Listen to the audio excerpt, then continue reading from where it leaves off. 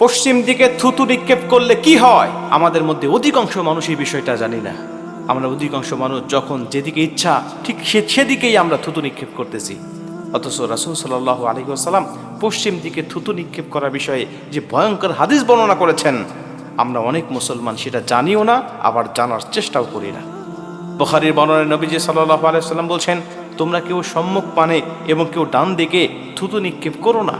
এটা নামাজের ভিতরে অথবা নামাজের বাহিরে আপনি যে কোনো সময় পশ্চিম দিকে অথবা আপনার ডান দিকে থুতু নিক্ষেপ করতে নবীজি সাল্লাল্লাহু আলাইহি ওয়াসাল্লাম নিষেধ করেছেন।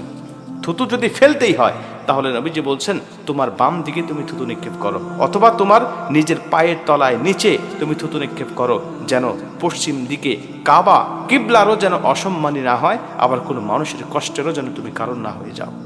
প্রিয় ভাই, রাসূল সাল্লাল্লাহু আলাইহি ওয়াসাল্লাম প্রত্যেকটা কথা, প্রত্যেকটা হাদিস যেগুলো আমাদের জন্য তিনি রেখে গিয়েছেন, আমাদের জন্য বলে গিয়েছেন, সেটা শুধু ইবাদত নয়, বরং মানব জমিনে, দুনিয়ার জমিনে অন্য কোনো ব্যক্তির যেন ক্ষতির কারণ না হয়ে যায়, অন্য ব্যক্তির কথা চিন্তা করে, অন্য ব্যক্তির কল্যাণের কথা চিন্তা করে নবীজি প্রত্যেকটা কথা আমাদেরকে বলে দিয়েছেন।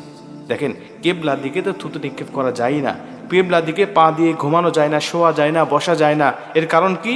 এর কারণ হলো কিবলা আমাদের সেন্সিটিভ একটা বিষয়। কাবা স্বয়ং আল্লাহর ঘর আমাদের কিবলা দিকে রয়েছে। এই কাবাকে সম্মান করা প্রত্যেকটা মুমিনের দায়িত্ব এবং কর্তব্য। অথচ আমরা অনেক মানুষ আছি, যখন থুতু আসে আমরা পশ্চিম দিকে, সামনের দিকে, ডান দিকে, যেদিকে ইচ্ছা সেদিকে আমরা নিক্ষেপ করতেছি। নবীজি বলছেন, যদি কোনো ব্যক্তি পশ্চিম দিকে থুতু নিক্ষেপ করে, কিয়ামতের ময়দানে ওই থুতু তার কপালে দিয়ে তাকে উত্তোলন করা হবে। থুতু তাকে কপালে তুলে কপালের সাথে লাগিয়ে তাকে উত্তোলন করা হবে। কি ভয়ঙ্কর কথা! অথচ আমরা অনেক মুসলমান বিষয়টা জানি না।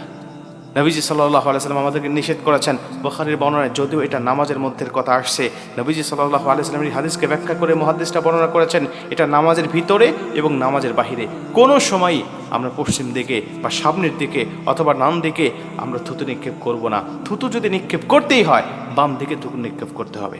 এমনকি নামাজের মনোযোগ ধরে রাখার জন্য শয়তান যখন মানুষকে ধোঁকা দিয়ে নামাজের মনোযোগগুলো কেড়ে নিয়ে চলে যায়, তখন নবীজি সাল্লাল্লাহু আলাইহি ওয়াসাল্লাম বাম দিকে থুতু নিক্ষেপ করার জন্য বলেছেন, সামান্য পরিমাণ যেন শয়তানকে থুতু নিক্ষেপ করা হয়, তাহলে তার মনোযোগটা ফিরে আসে। এজন্য ডান দিকে, সম্মুখ পানে, কিবলা দিকে কখনো আমরা থুতু নিক্ষেপ করব না।